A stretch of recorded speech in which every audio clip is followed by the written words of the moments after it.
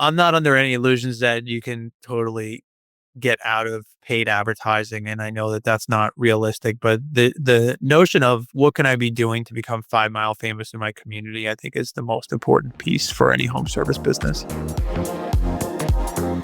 Welcome, Dan, to the Think Like an Owner podcast. This podcast is all about interviewing CEOs of small companies on how they grow. And you've certainly not only grown Kickcharge, but also helped a lot of other small companies around home services and ancillary industries grow too. So I'm super excited to chat, and thanks for coming on. I appreciate it. Yeah, absolutely. So glad to be here. I'm curious off the bat. There's a cousin of mine who he runs my website, and then he has a small marketing branding business that he started, and he's helped a lot of my friends too on their own websites and branding. We were talking a few weeks ago about this specialization, and I actually showed him your website. And I said, Dan, he did basically exactly what you're talking about. Like, he found a niche in an industry that he liked and was good at. And instead of being kind of all things to all people, thinking that you'd cast the widest net and number of customers, you focused on a certain niche and ended up dominating that niche.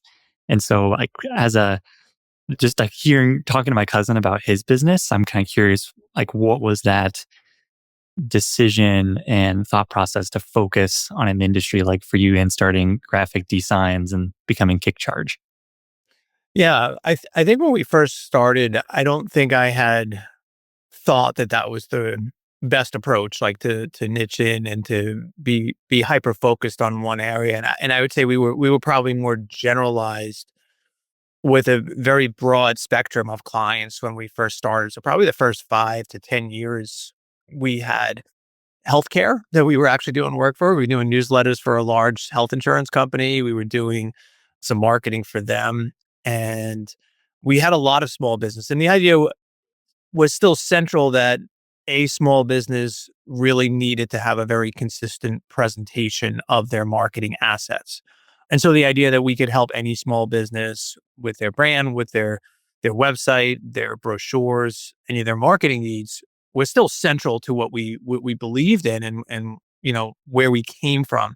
I think as we started doing more and more work, and especially becoming more and more well known within home services, for a specialization related to how we were building brands that need to live on a vehicle and how those vehicles were such a critical component of their marketing, we started getting just a lot more call for companies that had vehicles as one of their primary advertising vehicles.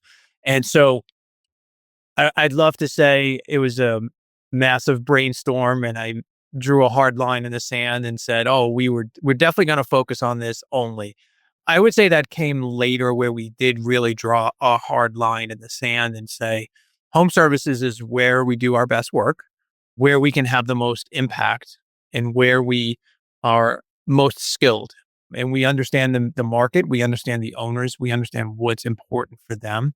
And so, I could recall a meeting like 10 years ago. We were going through some stuff through EOS, and EOS is good in the sense that it helps people really try to dial in exactly who their market is and what their target looks like and what the messaging should be around it.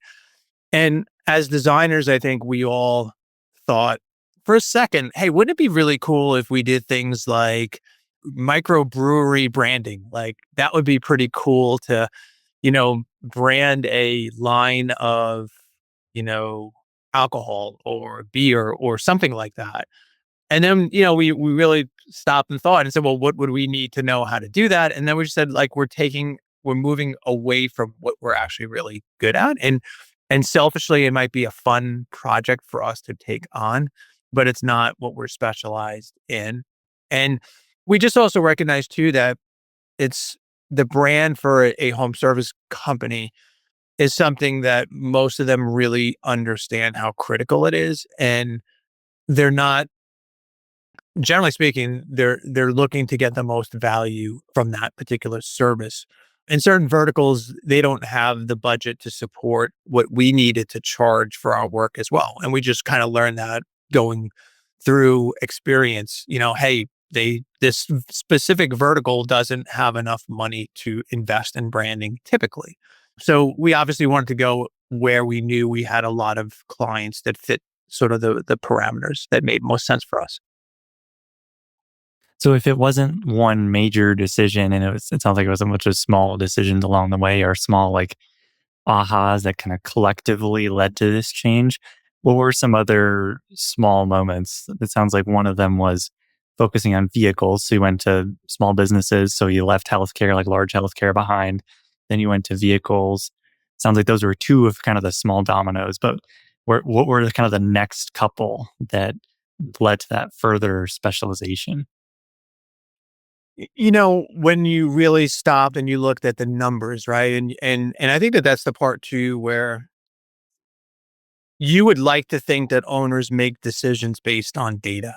And a lot of times that's not really accurate. And so when we looked at the areas of revenue, we looked at the areas in which we were most profitable and looked at where the source of those numbers were coming from. We're like, it's not actually coming from some of these other verticals that we thought we were getting a lot of work for. And to give you an example, like when we first started, we used to do a lot of work for landscapers. And New Jersey probably has more landscapers per capita than any other state in the nation. And I don't really know why that's true. And it may not actually be true, but it seems like there's a lot of landscapers. And so when I first started and we were doing a lot with lettering and trucks and things like that, there was a great line of business for us because we would do their logo, we would letter their trucks, we would do their website, and we would do some other things. But that particular vertical, if it's a bad summer and it's a bad winter and they're not out there making any money, then they have no money to spend on marketing. And so we pivoted away from landscapers, and we still do a lot of work for landscapers. And it's not like I won't do work for landscapers, but we realized they don't typically have an advertising budget, like an actual budget set aside for marketing and investing in marketing. And we started really seeing, hey, home service guys in the HVAC space, in the plumbing space, in the electrical space, really, they know they have to spend money on marketing. And once it got beyond, their typical way of marketing was being in the yellow pages. And once it got beyond that, they started obviously investing in digital and some of these other areas. And, we were very early on doing websites. I mean, I can recall doing websites in 1997, honestly, 1998.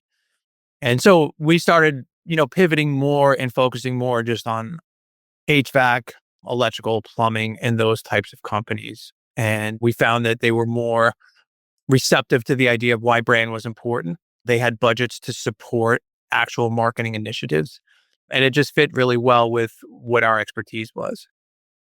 It's so interesting because my first kind of knee jerk reaction to specializing is that you'll ignore a lot of customers and the number of customers you'll have is smaller, but almost is never true. And it just means that your success rate in that industry just goes way up when you focus on it.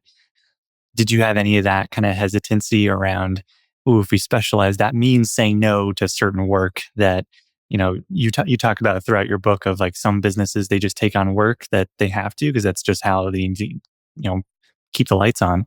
I think that's a great question. I think for us, the ability to have enough revenue and clients to say no is great. And I don't take that for granted. Like I talk to other sign companies and wrap companies frequently, and sometimes they put out work that they know is not good and is marginal work and work they're not proud of.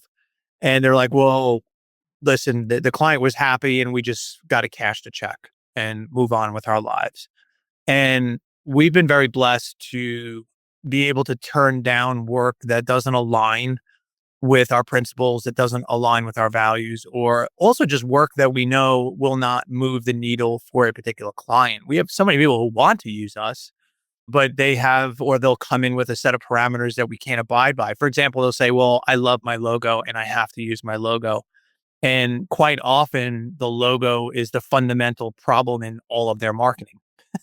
So it's like, I don't want to fix my logo, but we'd love for you to do our truck wrap, or we'd love for you to do our website and handle our digital marketing. And I'm like, well, listen, until you fix the foundation, we just can't deliver an ROI that would make your investment in us deliver a good return on that investment. And often we're the first people to have that conversation and to say to them, hey, fix the foundation first before you invest in these other channels. And you will have much better results if you fix the foundation. And you won't need to spend as much money on your marketing if you fix that foundation. And sometimes they're like, well, they're either offended that maybe I have, made some suggestions on things or deficiencies within the brand, or they're like, you know what, you're the first person to tell me that, but I understand why you're telling me that, and I appreciate that because I always look at it and I say, listen, I'm not willing to take money for something that I know won't deliver value. It's just I'd rather not take your money. And if you're really stuck on this is what you want to do, I completely respect that. That's totally fine. I just can't in good conscience take money for a product that I know won't deliver results for you.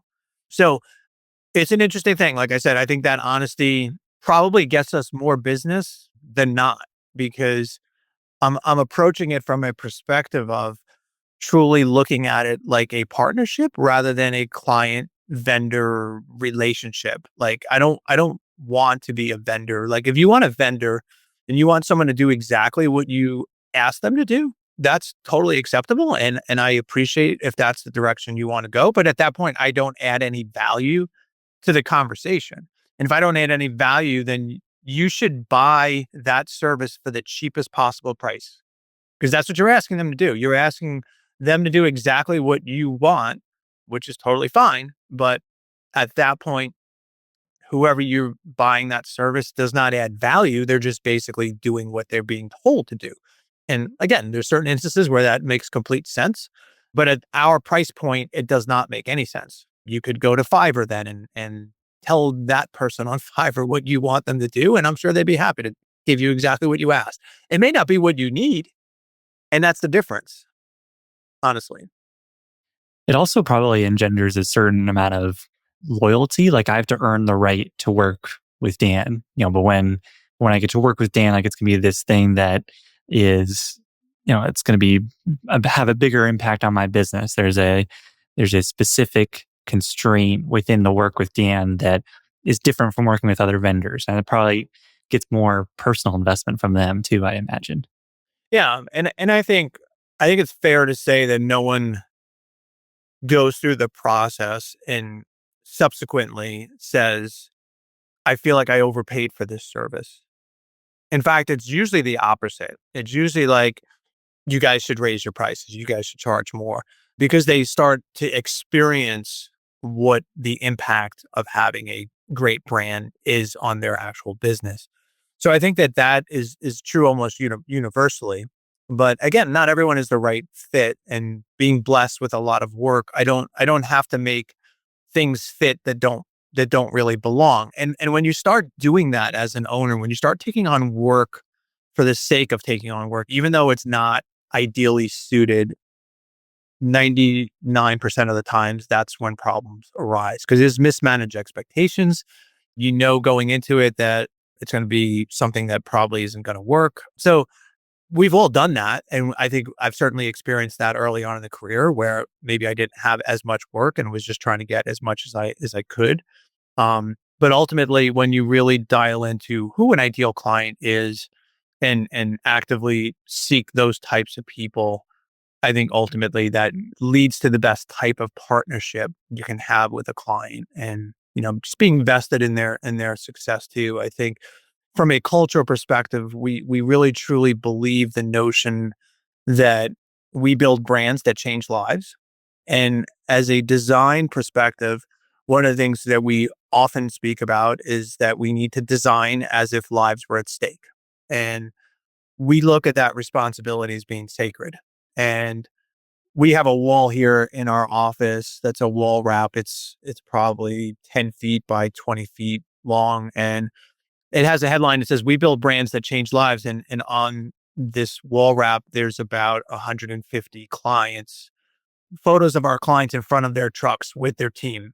And it's a visual reminder for everyone that our work has impact, that our work matters. And it's centrally located in the office. So literally everyone sees it like every single day. And I think that reminder is really, really critical for our team to always remember that behind every brand, there's a family, there's employees, and the work matters. And it's really, really important that we never take that responsibility for granted. Why do you like marketing and branding so much? Like, where does that come from? I think from a very early age, I was obsessed initially with seeing my work out in public and being able to, look at a brand that we had designed or I had designed. Obviously, in the beginning, it was just myself, and say, "Hey, I did that."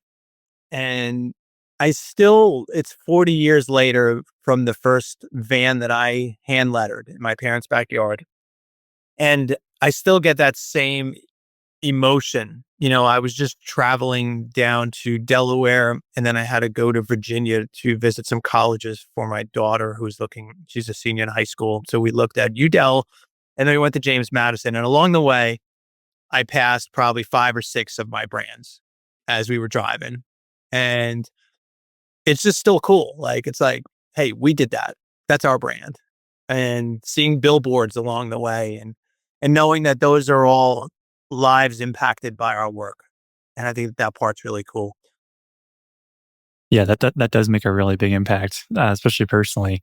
One thing you talk about too is that like branding and marketing are not the same.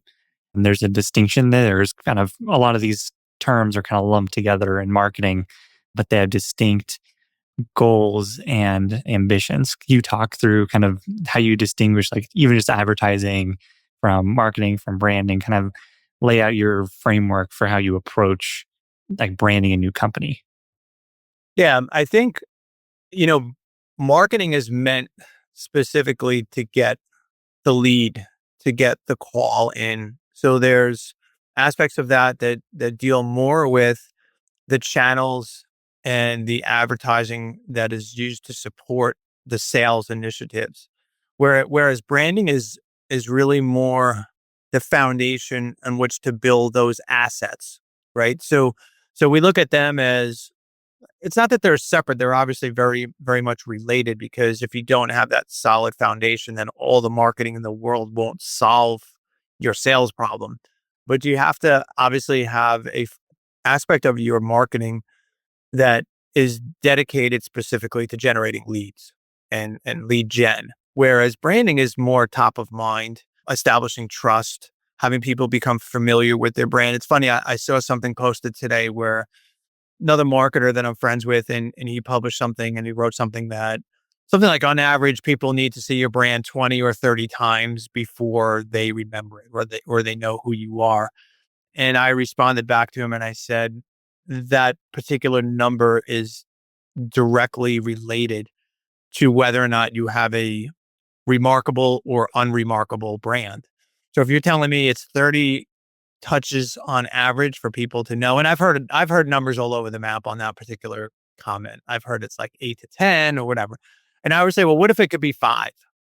Right? What if it could be five touches and people remembered your brand and who you were and your brand name?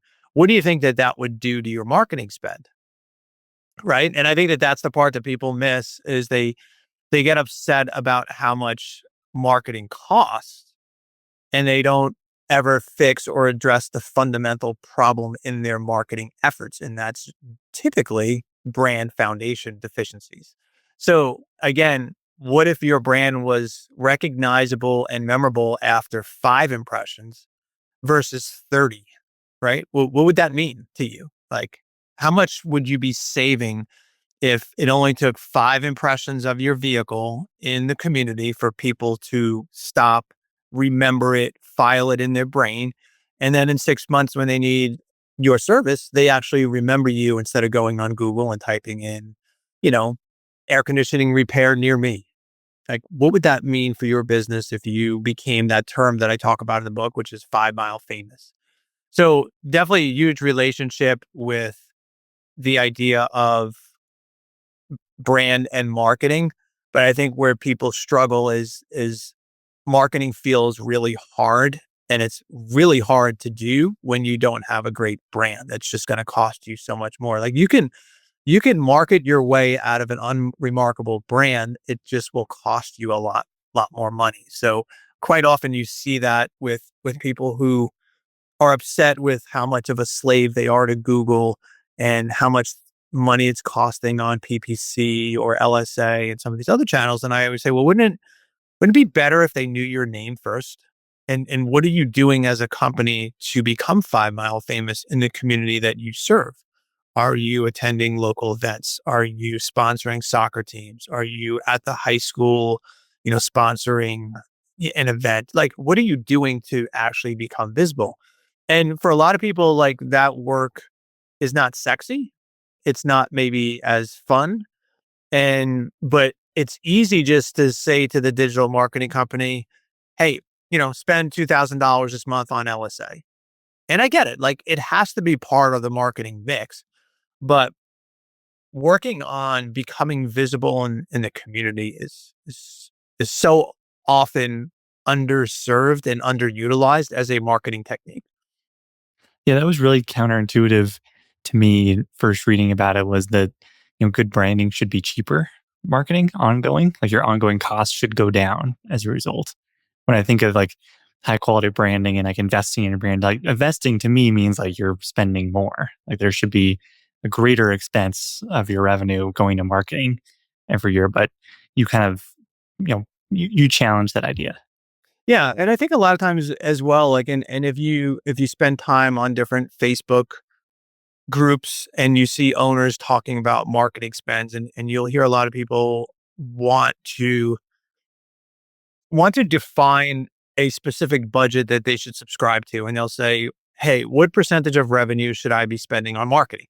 That's a very common question that people ask. And you'll get a wide range of people asking that question. You'll have some people that'll be like, well, you have to spend at least 10% if you want to grow. And you should spend maybe 15% the first 2 years to get traction and or ongoing. And there's so many success stories that we've experienced with clients that have a very disruptive brand, a very sticky brand that are spending less than 5% every year on marketing and yet growing enormously. And I say to myself, well, how does that happen? How are these companies growing on a 5% ad spend while these other companies are insisting that you need to spend 10 to 12 to 13% of revenue on advertising it? And sometimes the answer is, for me, it's very easy. Like I'll go and I'll look at their branding and I'll look at their truck wraps and I'll look at their website and I say, okay, I know why this company is spending 12% or 13% of revenue because they are unremarkable. There is nothing about this particular brand that connects with their ideal target audience. There's nothing exciting or memorable that makes me believe that I will get an amazing experience if I should hire this company. These are all the things that are working against them, and thus they need more money to generate more leads.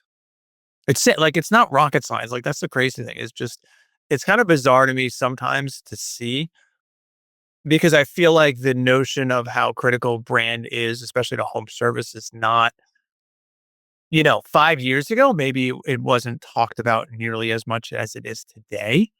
And sometimes I just scratch my head. I don't get it. It's just like, why don't you fix this foundation first and you'll have a much better outcome? Why do you think so many owners get trapped into a kind of mediocre brand, or at least just not spending that thought and that time thinking through what does my brand actually mean? Like, is it helping? Is it an ally to my business, or is it a hamper? Like, why do you think there isn't that thinking happening so often? Yeah. And I talk about in the book, I call it like a warm blanket syndrome. And I understand it. Like I get it. It's the thing that you've had that has got you to this point, right? So you started this company or you got this logo and it got you here, or so you think it got you here. And so the notion of saying it will not get me to where I want to go is very challenging for them to accept. And so they look at it as any success that they've had as the rationale as to why they should never change their branding. And I always look at it and I say the opposite. I say, it is amazing what you've been able to accomplish with this brand. That shows me that you have operations dialed in. It shows you have a great team in place. If so many things going for you, that's awesome. Imagine what we could do with better branding. how much further we could take this, where we could really go with this. And I like to use the example of the branding and the rebranding that we did for Tommy Mello at A1 Garage.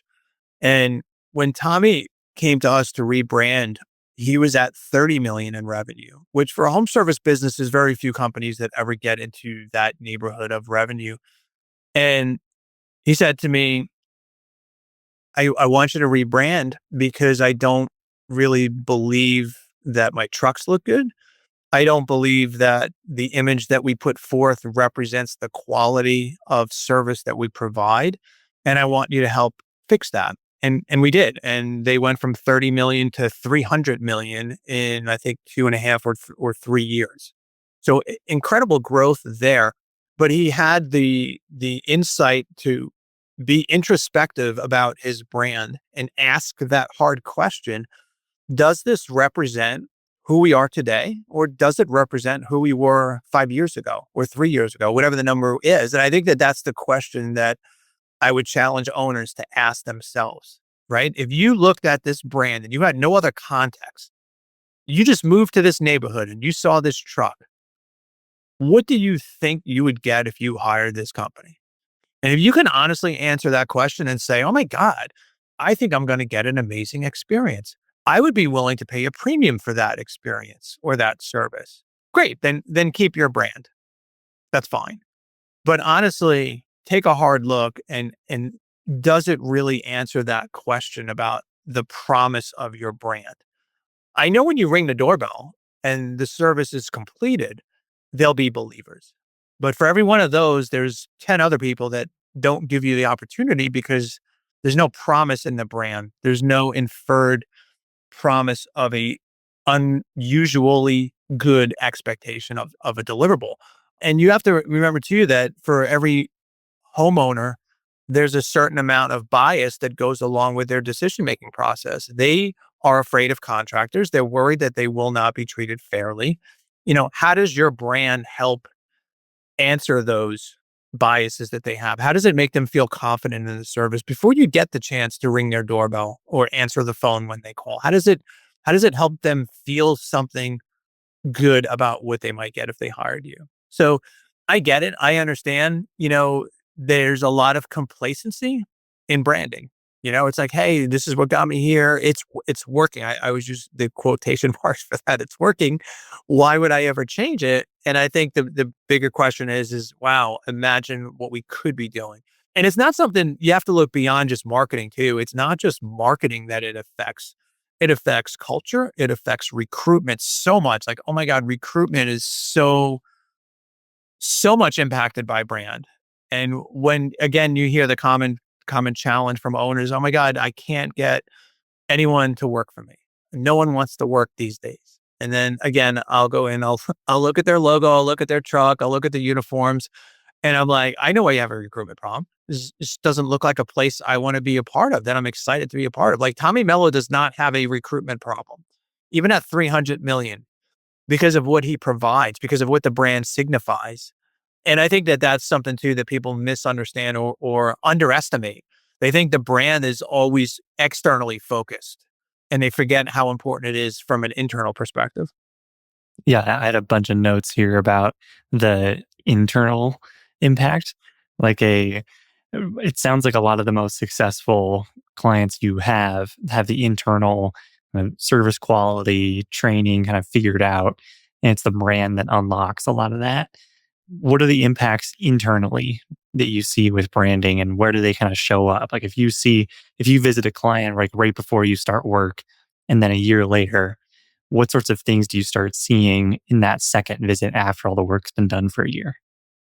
I think there's a lot of things that go along with it.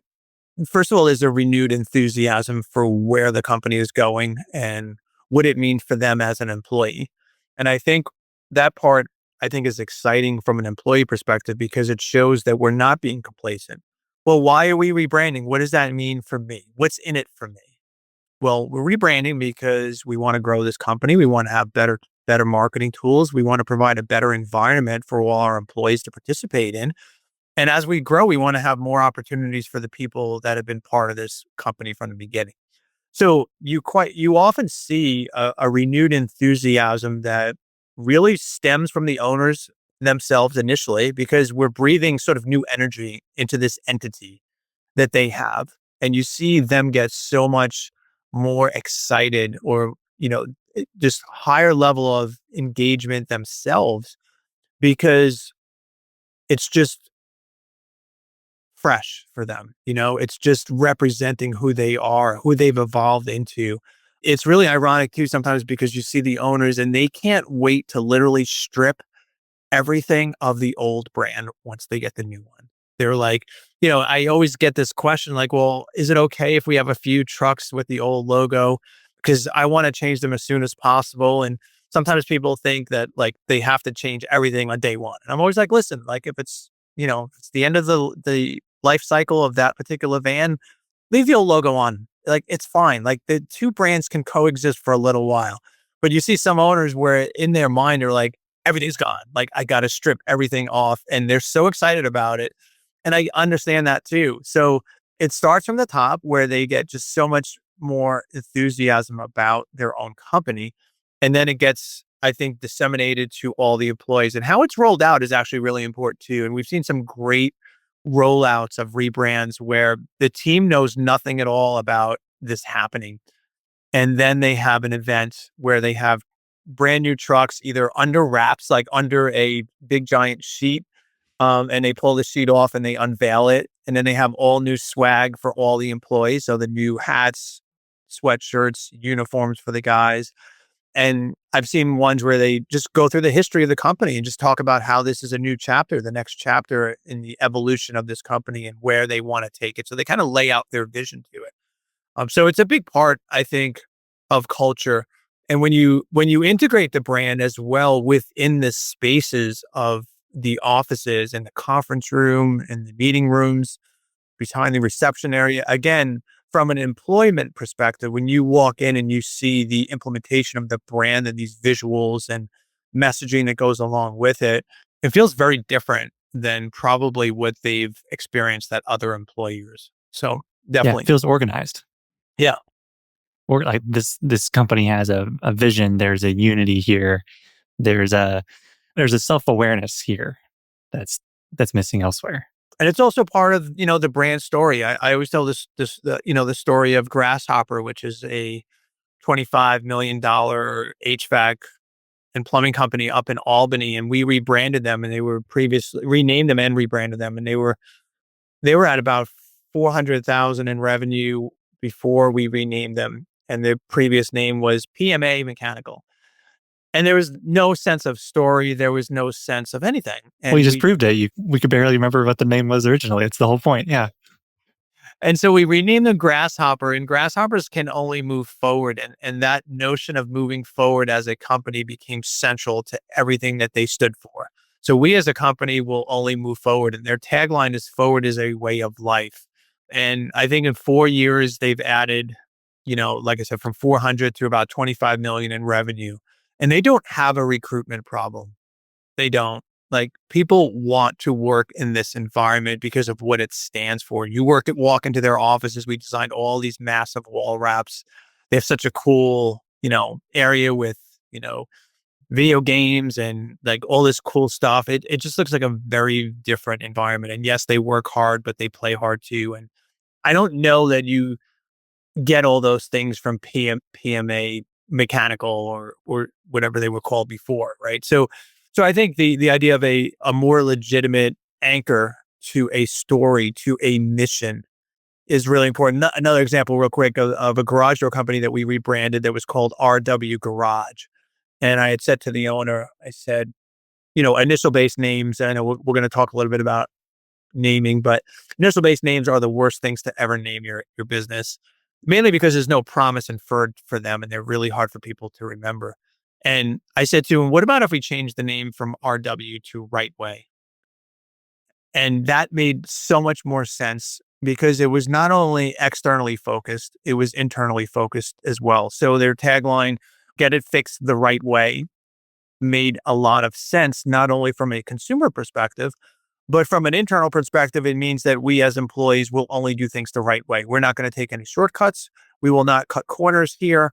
We will do things always the right way. and that is our mission. That is anchored in our values. And so I don't know that you can pull off some of that feeling, some of that emotive characteristics with RW Garage. I don't care how much advertising you want to throw at it. It's not going to have the same feeling as something that's inferred just by the name alone. Yeah, there's a whole bunch of questions around branding, not just naming, but styles and colors and combinations of colors I'm curious about. But one concept that stood out to me was that vans and trucks are not meant to be a call to action. So no phone number, like maybe you have a URL, the website, but there's no noise and extra words for phone numbers or go here or leave us a review here or here's our our contractor license number, that sort of stuff. Like you make it clear that the purpose of the van is to build the brand, not be a call to action. Whereas, website or Google profile maybe is more call to action. But you maybe distinguish like what are the goals of certain parts of your company and how do they kind of interact with each other? Yeah, absolutely. I mean, as it relates specifically to vehicles, we look at the priority of what's being communicated, and that should drive the emphasis, right? So the priority is brand name. So logo is always the most dominant. And obviously, if the logo is done well, you should know what the company does without any other context or needing any other things. So clarity in the name is really important. Next thing we look at is, of course, a tagline that maybe reinforces what the promise of the company is. It also sometimes can help make the brand itself more memorable if it is connected in a meaningful fashion, meaning the tagline relates back to not only the brand name, but the visuals that are being communicated on that particular truck wrap.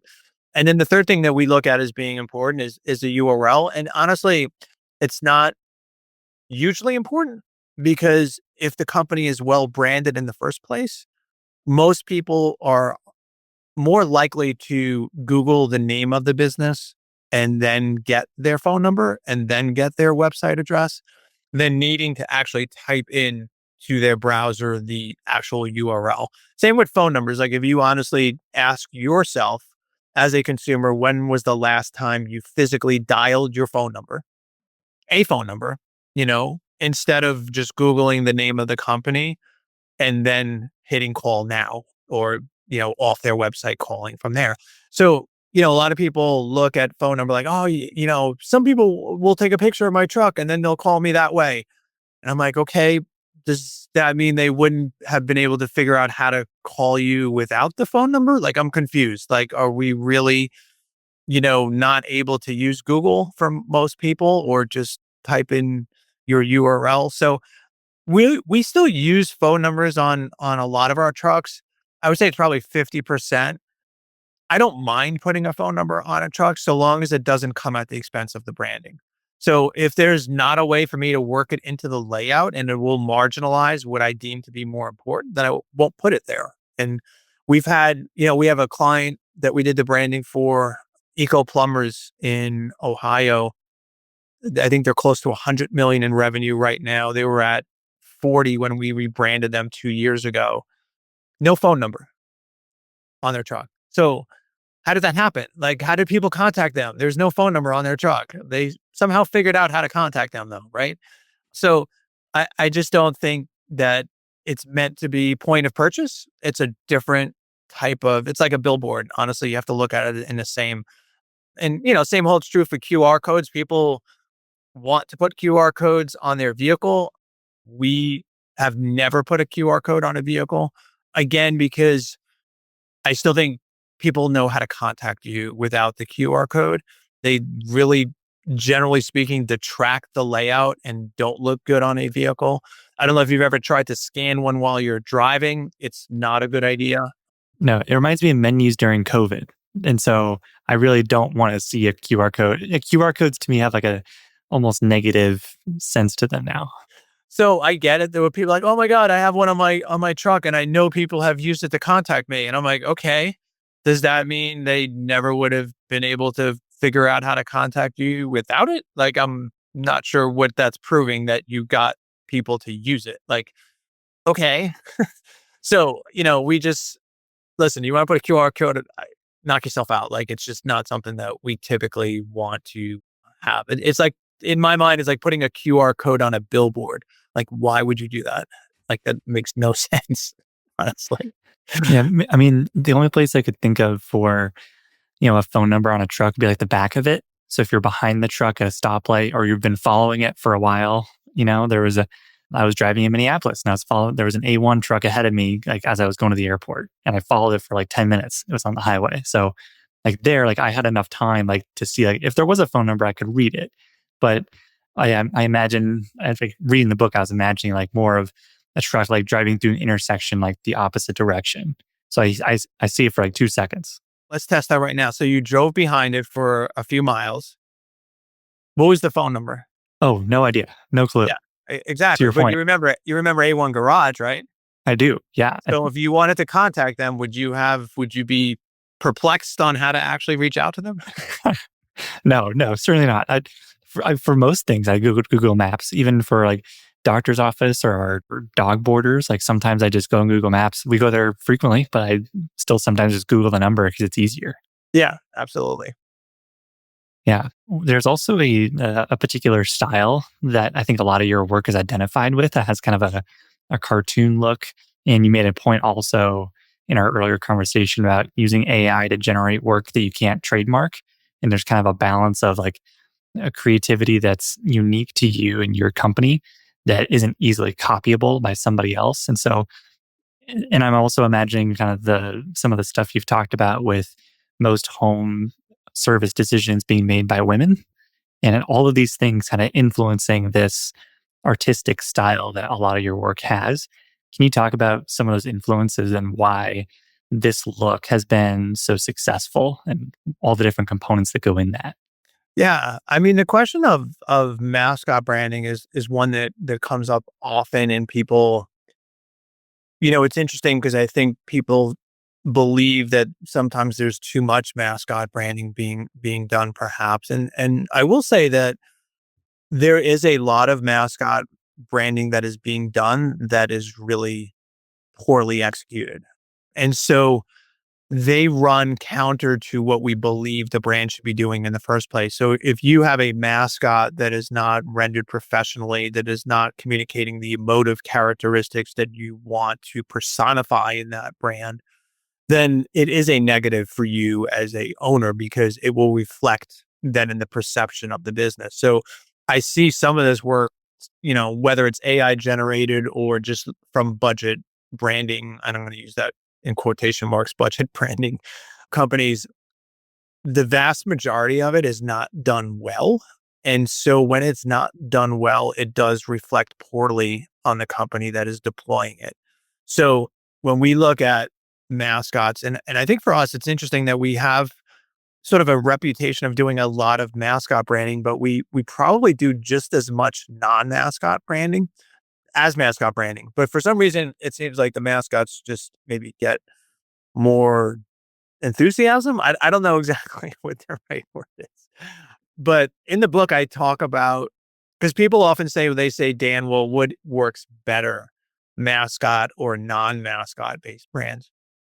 And so I would wonder that question myself, right? So I was like, well, what if I went and I looked at maybe the top 100 companies that we've done branding for and looked at what kind of brand they have. If I'm going to put them in a genre, right? What kind of brand? So I looked at 100 companies that we had branded that were all north of $10 million in revenue. It actually represented like over $2 billion total revenue combined for all these companies, which is crazy. It was really interesting, right? So one by one, mascot, non-mascot. And 51 of them had a mascot and 49 of them did not have a mascot. So while everyone wanted a definitive answer from me as far as, okay, well, what works better? I think the reality is it wasn't necessarily a question of what type of brand was deployed. It was more of a question of how was that brand deployed and how consistent was it integrated across every one of its channels. And I think that that's still the right answer. Like mascots are not the right answer in every situation, in every market. And to me, those decisions should never be made until that assessment is done. Certain names will automatically lend themselves creatively more to a mascot than a non-mascot based approach. But I would never go into any conversation with any owner saying right off the bat, it has to be a mascot or it doesn't have to be a mascot. Like I need to know more about the market and the goals and the direction before that would be ever decided. What have you learned about how colors generate a feeling and as a customer sees a brand and maybe combinations of colors too? There's a funny quip you had about working with a surgeon who had red and black as their like brand colors, like red for blood and black for death, which probably not what you want to hear or see or think of from a surgeon. But like, what have you learned about like combinations of colors and like which colors kind of generate what images in someone's mind? Yeah, that is kind of a funny story. And ironically, he's a client of ours still, even though it is obviously clearly not a home service. He just will not go to anyone else. Like we've been doing his work for 20 years now at this point, and he just will not go to anyone else, which is fine. Like we love working for him, and he's a great guy, and he's growing his practice from like 5 people to I think he has 500 people now. So it's pretty incredible what he's been able to do. But we had that conversation with him literally on day one. I was like, Dr. Rob, you've got black and red, which are the two worst colors I want to see as a patient. And so we had changed them to blue and as a primary brand color and rebranded him. But we look at color in a number of different ways. One way is what does it personify? But I think we look at more of the market as the primary determining factor. So every brand that we create, we do market analysis to look at what colors are being used in that particular market. And then we make decisions around that. So if there's 2 or 3 really huge companies in their market and they own apple green and the other one owns orange and the other one owns blue, well, now I know I can't put another brand in that particular market with those colors. And so we look at, well, can we have 2 unique colors or can I have a combination of 2 colors to make the whole brand palette uniquely identified to them specifically? So color is really important from that perspective because what I want people to remember as they see the van driving along is I want them to think of that brand only. It's one of the reasons why, I talk about in the book why Americana is a really, really tough brandable asset to try and own because red, white, and blue is very difficult to say, I'm going to be the only company that when people see red, white, and blue, they think of me. Well, no, they're going to think about a lot of other things. And it's also such a common color palette, especially in home service. If you're in HVAC space, everyone uses red and blue, or a lot of people uses red and blue. So again, we're always looking at colors as far as what can be uniquely identified to your business only and make decisions based on that. So as soon as I see this van, no one else in this market has purple and apple green.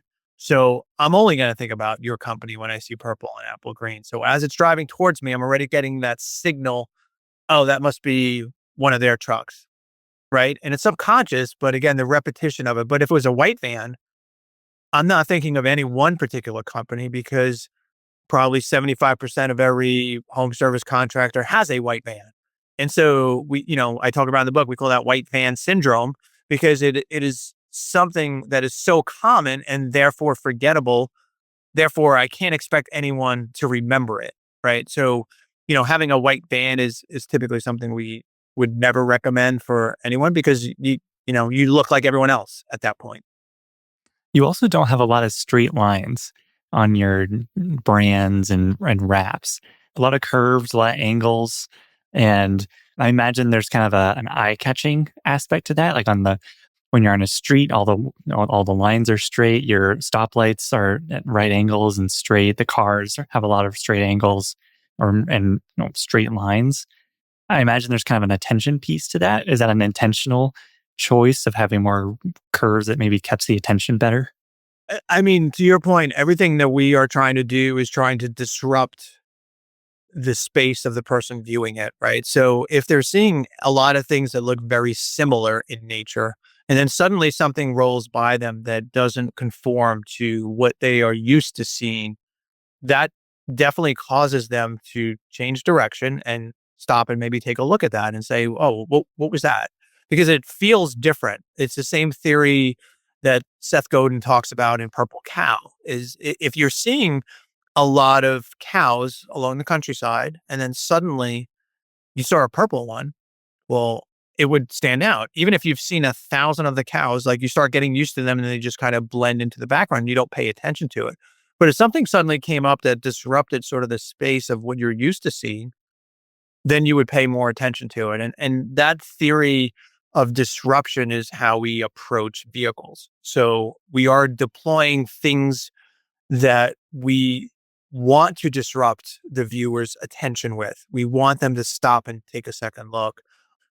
It's funny to hear you say that we use a lot of curves. I hadn't considered it from that perspective, but we probably do use a lot of curves. We use a lot of what we call color blocking. So color blocking is deploying the brand colors in very dominant fashions on the truck. So it's not all one particular color. Usually it's two. There's a logic behind that as well, because quite often it is more difficult to own a singular brand color in any market than it is to own maybe a triad or just two specific brand colors. So there's definitely a logic behind that. And as far as color theory, like even when we rebranded Tommy Mello's A1 Garage, Tommy Mello's original brand colors were black and red. And I said, Tommy, I can keep the red. His red had been integrated on, 50 trucks at that point. I felt there was too much brand equity to suddenly just get rid of it. But I said, I can't have black because it doesn't appeal to women. I want to introduce dark brown and I want to introduce ivory. So it would become red, dark brown, and ivory. And again, the logic behind that was that it made the brand feel more premium. So it was very deliberately done.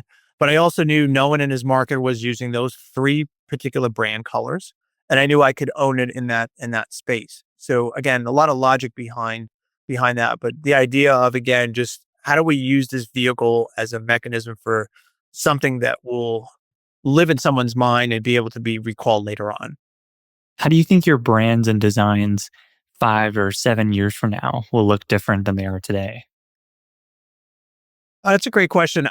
I think the theory and the principles will not change. I think you may see an evolution of some techniques or styles or potentially genres. But if I look at the way in the theory behind the brands that we create today versus the brands that we created 15 years ago or 20 years ago, the same exact principles apply. And a lot of the principles that I think I learned early on originated from studying outdoor advertising and studying the work of the original billboard painters that were in the 50s and the 40s, and the principles that they had to subscribe to while creating advertising that would catch your attention as you were driving by. And those same principles, I think, are very apparent in our work today. And so even looking at brands that we designed from 10 or 15 or 20 years ago, are there things that we might do slightly different today? I think there's always things that maybe you would look back on and say, maybe I would have done it slightly different. But I think the core principle behind it hasn't changed. And I don't suspect it's really going to radically change moving forward. So, on a totally different question, I'm a big aviation geek, and I like when airlines will have, they have, there's a livery that most of the fleet has, but airlines often have, through history, have bought other airlines and integrated other brands. And, there's a retired brand that they moved away from, but sometimes there's a retro, there's kind of a throwback. NFL teams that have throwback uniforms. That's pretty common in sports generally. But what's your thought between, like, there's a retro, kind of a simpler times vibe to certain brands and certain identities, with also a forward looking brand that, kind of has hope for the future and is forward looking. And there's often a combination between the two that's interesting. I'm curious what you think of, like, retro versus modern, and just as themes that you kind of think about when you're designing a brand. Yeah, and we've done so many nostalgia based or retro based brands in our time. Like I would say 15 years ago, we were very well known for that particular genre. And we did a lot of work in that genre. Like one of the most famous nostalgia based brands that we created in the home service space was for a company called Gettle Air Conditioning. and it features a boy holding a flashlight, and there's a story behind that boy, and that represents the owner holding a flashlight for his dad, who was an HVAC technician, and what that meant to him, and how that story became central to their marketing campaign. And there's a certain amount of authenticity that comes with nostalgia based branding. But I think doing nostalgia for the sake of doing nostalgia is a mistake. Doing it for a rational storyline that you're going to expand upon, yes, that makes total sense. And so I particularly and personally really love nostalgia based branding because a lot of it involves hand done aspects. So, from a typography standpoint, we usually create custom lettering, whether it's scripts or fonts that we build from scratch that are more indicative of the period in which they are meant to represent. I'm blessed to have such skilled typography designers on staff that come from that era. Like one of my longest serving illustrators is with me now almost 20 years. His dad is a sign painter and he comes from that world. He comes from that background. And so when we get to do nostalgia, I think we do nostalgia probably the best out of anyone. I know that's probably sounds a little ego there, but we're not using fonts to try to fake it. Like if we don't have the right font to replicate as a period of time, we'll just create it from scratch. And there's not a lot of people that can build typography from scratch and do it in an authentic fashion. So, does it work better than modern brand, or does it make someone think that the company is not up to date? We haven't really seen that from a consumer standpoint. We're like, oh my God, this company's too old. Like, I think a lot of them recognize that it's obviously not a brand that was born in the 40s or 50s. And it's something that, even though it is a older looking brand, that they are still using the same technology. So I haven't really seen a negative reaction or say someone, well, they're not up to date on modern HVAC or anything like that because their brand is retro. So, like I said, I haven't seen a lot of evidence to support that it works negatively. Yeah, there's kind of you can tell it's retro, but it still looks modern. I don't know, I'm not smart enough to know what the stylistic thing is there that makes it look still modern, yet bringing it back to an earlier time. I think of like In and Out or something like that, where it's clearly like meant to look like something from, but it doesn't look old. It doesn't feel stale or tired when you're there. Yep, absolutely. There's like, what do you think that is? Like, what do you think gives it that look or gives any brand that look where the retro doesn't look tired? It still looks fresh and new. I think it all revolves around integration. There's a brand that we did that's called Mastons. It's Mastons, and it's Mastons Plumbing, and they're in Tulsa, Oklahoma. If you Google it, you'll see their brand.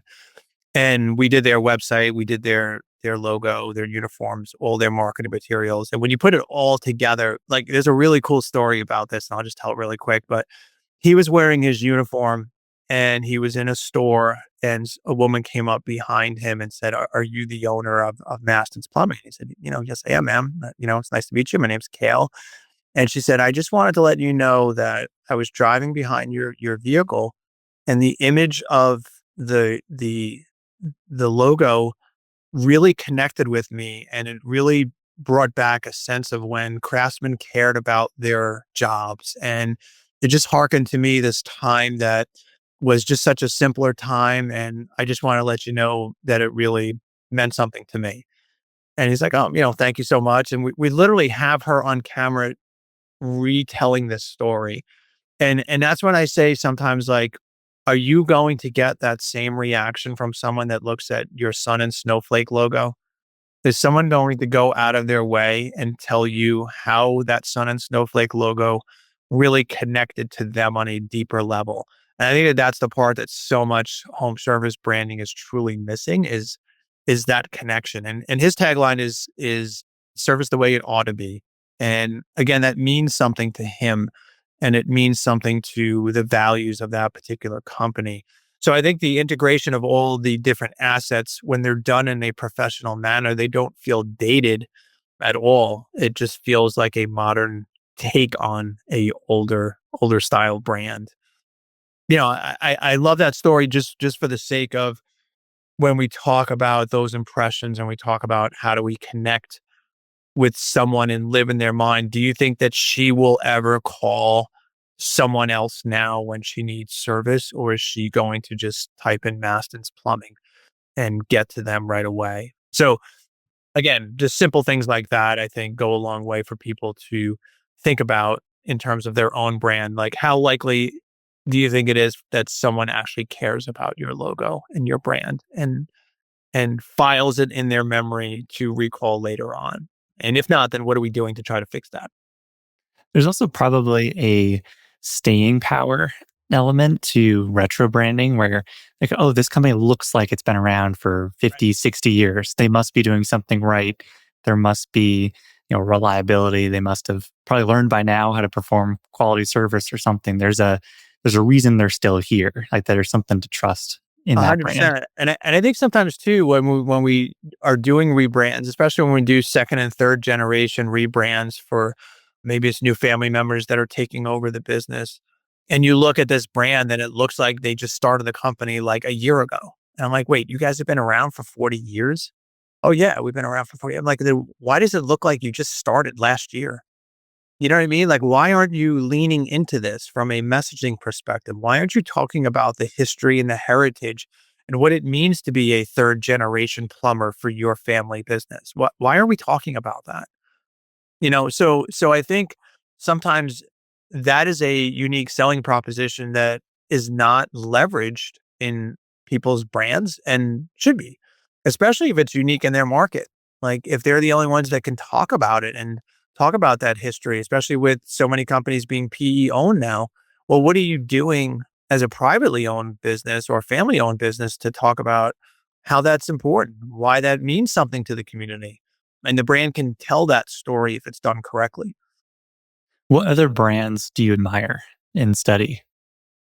In what vertical? Or Anything, like, just what famous brands or companies, or do you feel like you've spent a lot of time around or admire something that they do really well? it's funny that I'm gonna name two. I think Savannah Bananas, I think, is a amazing story of branding. It's an amazing story of being very much driven by the experience of the people that you are selling to. I had the opportunity to meet Jesse, the owner, about a month ago in person. He's just a super cool guy, and saw him on stage talking about how that company came to be. And I think what the idea of doing something that is so completely disruptive like that really connects with me on a lot of levels, because I think what we do is also similar in that particular fashion.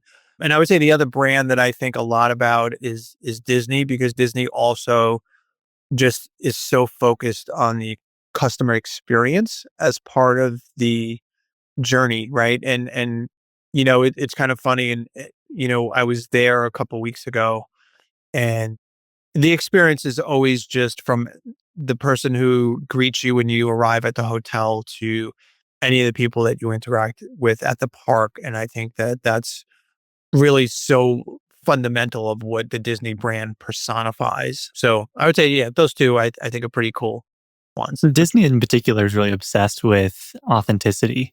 Like, it needs to feel like you're in that cinematic world, and that your story, your trip here is really important. Like, it makes an impact on us just as much as you. It's hard to pull that off, but they seem to do it really well. It is hard to pull off and to do it consistently, I think. And, it's funny because we were at Universal before we went to Disney. And it's not that we had a bad time at Universal, but you could sort of see a distinct difference in how they're both run. I would just put it this way. It's not like we had a great time at Universal. It's not we had a bad experience by any stretch, but you sort of saw things at Universal that I think would not fly in Disney, whether it was how the cast members were dressed, how they interacted with people, things like that, where I think on the Disney side, that wouldn't be up to their standard. Is there one detail that Disney did really well that stayed with you? I wouldn't say there was one detail. I think it was just general. Like, even when we checked into the hotel, the woman that checked us in really went out of her way to make sure that every single question was answered, made sure that, like, our park passes were going to work and our magic bands were hooked up properly. Like, really took a vested interest in making sure that we felt 100% confident. And I tried to get some questions answered about some passes that we had at Universal. And I don't want to say it was a struggle, but it was just a different kind of experience to get those questions answered at one versus the other. Is there a company you feel like has taken some of like elements of different companies that have done authenticity really well into home services? And maybe what are some small details around service that you find yourself admiring over time? Like if 3 different companies came to your house and they had interacted in 3 different ways, like what things do you think you would pick up on and notice that the really well-run company or well-trained company maybe is going to do differently? I think, there's so much focus on sales. There's so much focus on upselling. And I think how that's presented to a homeowner is really important. So you see, especially a lot of the PE-owned companies having a very sales-driven mindset where the sole focus is how much can I sell to this particular homeowner versus how much value can I provide them. And I think when you look at the takeaways between those experiences, I think is really important. So what is the motivation behind the solutions that are being offered? Are they driven from a financial perspective, or are they driven from a perspective of this is something that will truly help you as the homeowner be more comfortable in your home, et cetera? So I think how that information is presented is really important. I've seen some sales methods that I don't agree with how they're actually done. I think they're done in a way that is maybe not as authentic as the true motivation behind them. So It seems like a lot of good sales is just educating customers. absolutely. Because I have no idea how a furnace works or HVAC or garage door or like any of these things. I've never really spent a lot of time thinking about it. So when you say, filter or circuit or roller or whatever, like I don't really know what you're talking about. So you could tell me that there's a better one out there, but I don't know what that actually means. Or how it would benefit you. Right. Yeah. What does it mean that this would be better? Like, is it cheaper to operate long term? Is it quieter? Like, what's the thing? It doesn't always compute. But what should I have asked you that we didn't talk about in this episode? I think we definitely covered a lot. I think I would encourage people that are thinking about starting a business or are in business, maybe not too far along the journey. I wrote my book, Branded Not Blanded, very specifically for that type of person. If you're really struggling with the marketing, if you're struggling to gain traction, if you're finding that things aren't working as well as you had hoped, or even if you're thinking about starting something, I think this book will help you make so many of the most common errors that are made literally on day one. And especially as it relates to naming, I think naming is one of the most important factors. So yeah, I think we covered a lot of stuff. I think also just noting that the more unremarkable your brand is, the more money you'll need to spend to market it. It's not very complex or complicated, but trying to get off sort of the, I heard another person refer to it as the cocaine of Google, and sort of ridding yourself of that. I'm not under any illusions that you can totally get out of paid advertising, and I know that that's not realistic, but the notion of what can I be doing to become 5 Mile famous in my community, I think is the most important piece for any home service business. Absolutely. Well, Dan, thank you for coming on the podcast. This has been a ton of fun. I appreciate getting to chat with you. I enjoyed your book, and I'm excited to continue chatting about all sorts of different random things. But thank you for the time today. Awesome. Appreciate it, Alex. Thank you for listening. I hope you enjoyed today's episode of Think Like an Owner. If you enjoyed the show, please consider leaving us a review and telling a friend to help more folks find Think Like an Owner. For full episode transcripts and our weekly newsletter, please visit our website at tlaopodcast.com.